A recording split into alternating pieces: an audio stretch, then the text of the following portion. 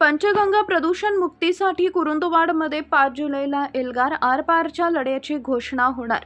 प्रशासनाच्या उदासीनतेविरोधात आंदोलन अंकुश आक्रमक। खासदार आमदारांचा सर्वपक्षीय मेळाव्याचं आयोजन। पंचगंगा नदी प्रदूषण मुक्त करण्यासाठी सुरू असलेल्या आंदोलनानं आता अत्यंत तीव्र वळण घेतलंय। प्रशासनाच्या ढिसाळ कारभाराविरोधात आणि प्रदूषण करणाऱ्या उद्योगांना चाप लावण्यासाठी रविवार 5 जुलै रोजी कुरुंदवाड इथे एका भव्य सर्वपक्षीय मेळाव्याचं आयोजन करण्यात आलं आहे।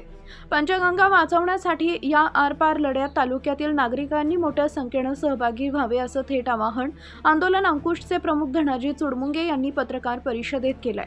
पंचगंगा नदीत प्रोसेस उद्योगांकडून विनाप्रक्रिया सोडले जाणारे रासायनिक सांडपाणी हेच प्रदूषणाचं मूळ कारण आहे। या गंभीर प्रश्नावर कायमस्वरूपी तोडगा काढण्यासाठी आणि आंदोलनाची पुढील दिशा निश्चित करण्यासाठी या मेळाव्याचं आयोजन करण्यात आलं आहे।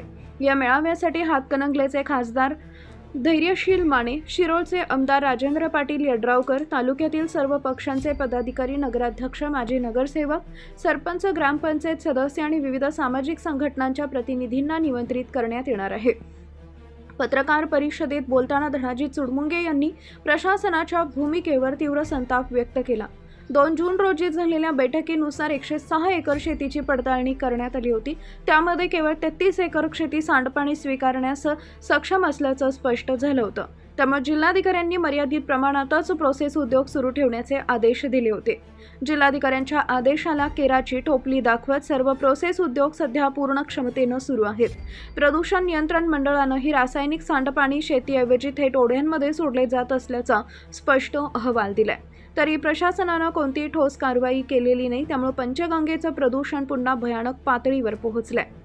प्रशासकीय पातळीवर होणारी दिरंगाई आणि उद्योजकांची मनमानी आता सहन केली जाणार नाही असा इशारा आंदोलनकर्त्यांनी दिलाय।